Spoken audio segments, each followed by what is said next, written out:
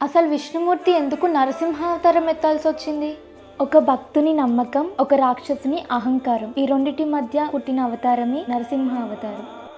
హిరణ్యకశిపుడు శ్రీ మహావిష్ణువుని శత్రుగా భావిస్తాడు. కానీ ప్రహ్లాదునికి విష్ణుమూర్తిపై ఉన్న భక్తిని చూసి తన తండ్రి అయిన హిరణ్యకశిపుడు ప్రహ్లాదుని చంపాలని ప్రయత్నిస్తాడు.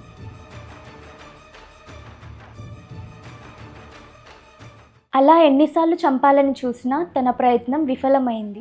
అవునా? ఎలా?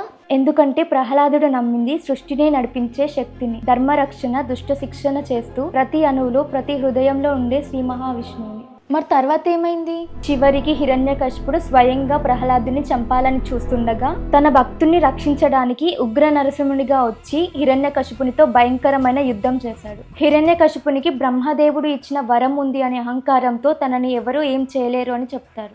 దానికి నరసింహస్వామి ఇలా అంటారు: నేను నరుడిగా కాదు, మృగంగా కాదు, నరసింహునిగా వచ్చాను. ఇది రాత్రి కాదు, పగలు కాదు, సంధ్యా సమయం. నీవు ఇంటి బయట లేవు, లోపల లేవు, ఆకాశంలో కానీ భూమిపైన కానీ లేవు. నీవు నా ఒడిలో ఉన్నావు అని చెప్పి ఎటువంటి అస్త్రశస్త్రాలు ఉపయోగించకుండా నరసింహుడు తన గోళ్లతో హిరణ్యకశిపుని గుండెను చీల్చి అతని అహంకారాన్ని అణిచివేసి హిరణ్యకశిపుని సంహరించాడు.